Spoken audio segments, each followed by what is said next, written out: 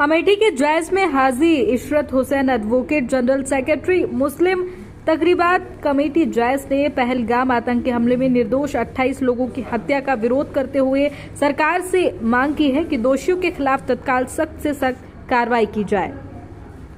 आपका पूरा परिचय क्या है? मुझे हाजी इशरत हुसैन एडवोकेट कहते हैं। मैं मुस्लिम तकरीबात कमेटी का महासचिव हूँ।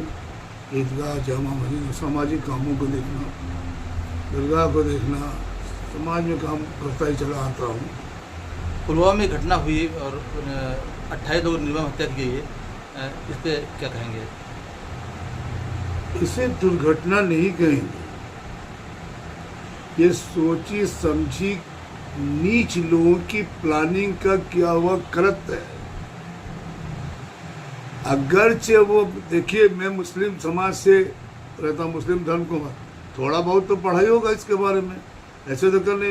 मैं केवल मुस्लिम धर्म की बात नहीं करना चाह रहा हूँ, मैं किसी भी धर्म का, मैं आपको भी आपके चैनल पे इस समय चैलेंज करता हूँ कि आप किसी का धर्म उठा लाइए, हिंदू, मुस्लिम, सिख, ईसाई, धर्म की बात कर रहा हूँ मैं, अधर्म की बात नहीं। और उनके शास्त्रों में, उनकी किताबों में, उनकी जो आपको तालीम दी जाती है, कहीं से दिखा दो कि आप गलत काम करो, आप किसी का हक मारो, आप किसी ना, अगरचे आप मुसलमान हैं, जो थोड़ा बहुत मैं जानता हूँ, और एक बड़ा से बड़ा जो उल्मा हो मेरी बात का भी जवाब देगा यहाँ पर आके, कि जब सीधा लिखा हुआ है पैगंबर साहब के ऊपर लोग कूड़ा फेंके, उन्हें वो कुछ नहीं दुआ दे रहे हैं, और ये लिखा पड़ोसी अगर नॉन मुस्लिम है तो पहले आप उसे देखो उसने खाना खाया तब खाओ। तो आप कितने बड़े मुसलमान हैं भाई? आप मुसलमान नहीं, मुसलमान इस्लाम के नाम पर एक कलंक है, इस धरती पर बोझ है। और जो ये नीच काम हुआ है, इसको मैं अपनी अंतरात्मा से लेके, जब से समझ में नहीं आ रहा, मैं अपनी पत्नी से भी बात कर रहा था कि बताओ ये किस तरह की घटना, इसे घटना क्यों कहेंगे? और इसके लिए थोड़ा सा बहुत ज़रूरी हो जाता है कि वो चाहे कोई हो, चाहे जो हो, किसी धर्म से भी हो, ताल्लुक रखता हो, नकाब पहन, कोई हो, एक मिसाल बननी चाहिए, एक ऐसी सज़ा देनी चाहिए और उसका सारे समाज को साथ देना चाहिए, उसमें कोई दिक्कत नहीं आनी चाहिए। उसमें सीधा सा कि आने वाले दिनों में लोगों को इबरत हो जाए।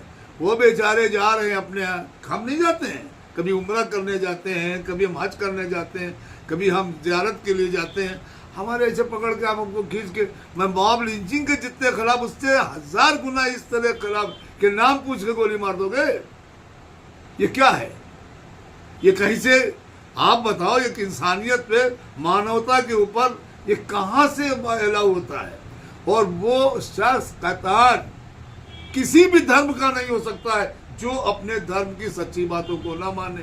मुसलमान तो हो ही नहीं सकता, वो लाख उसका नाम कुछ भी हो, क्योंकि मुसलमान जिसका कलमा पढ़ रहा ना अल्लाह और रसूल का, तो अल्लाह रसूल की बातों के लिए किसी गोली तो मारने, पर तुमने तो पालन नहीं किया, तुमने पालन किया तो बताओ। तो जब अपना ही हमारा सुधार नहीं है तो खाली अपना नाम रखे तो जाए, हम तमाम नमाज पढ़ते हैं, हम तमाम रोजा रखते हैं, हम कौन कर रहा है? हम अपने लिए न मोक्ष, जिसे जो हम बख्शिश कहते हैं, तो बख्शिश कहाँ से मिलेगी? कैसे पता चलेगा कि ये जो इतना नीच काम करने के बाद आप सोचते हम बड़े बड़े हीरो बन गए, बड़े सिपह सालार हो गए? इंसाफ करना सीखो जरा सा। आप बच्चों पर, औरतों पर, और सबसे बड़ी बात कमजोर, जो तुमसे उस वक्त कमजोर थी, ये तुम कहीं के बहादुर तो होने के, तुमसे बड़ा गिरा नीच तो कोई हो ही नहीं सकता जिसने ये किया हो। इसकी मैं कोट भर्त्सना करता हूँ, निंदा करता हूँ, इसकी मजम्मत करता हूँ, और इसको मैं इंशाल्लाह जुमा में भी बोलूँगा। भी कल ही है ना जुमा, कल मैं सरकार से क्या मांग करेगी? जी, सरकार से तो मैं यही मांग कर रहा हूँ, हमारी भारत की सेनाएं और हमारी इंटेलिजेंस इतनी कमजोर नहीं, इसको इस कड़ा एक्शन लगा के, और पता के, मैं निर्दोषों के लिए नहीं कहूँगा, दोषियों को जरूर ढूंढा जाए।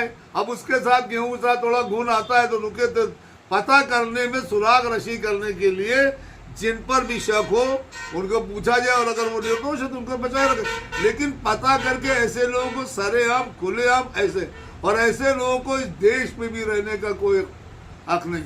जहाँ ट्रेनिंग ली हो वहीं चले जाओ, जहाँ तुमको ट्रेनिंग को संरक्षण मिला हो, जिसने तुमको इसका पैसा जिसके लिए ट्रेंड किया उन्हीं की सेना में चले जाओ।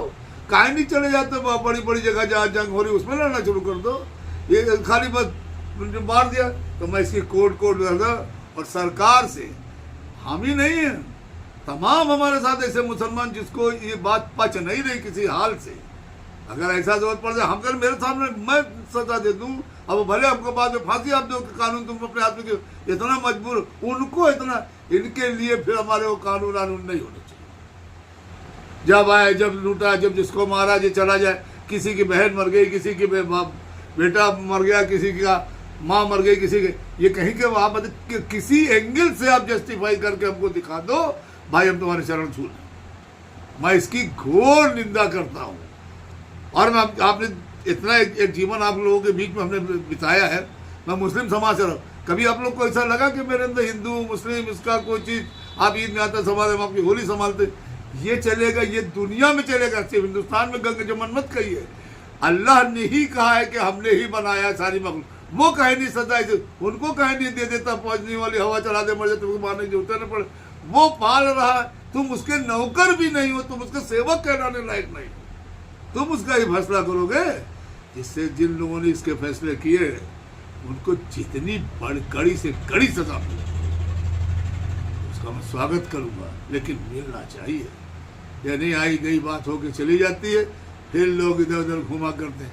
और मेरी एक ही जरूर मांग है कि बिल्कुल जो सटीक इसके लिए जितना जैसे मिले, जब मिले, समय भले लग जाए, लेकिन एक्शन जो है ठंडे बस्ते में नहीं जाना चाहिए। उनको तलाश के धरती के नीचे भी छुपे हो तो निकाल के और चौराहे पर लायक बताया।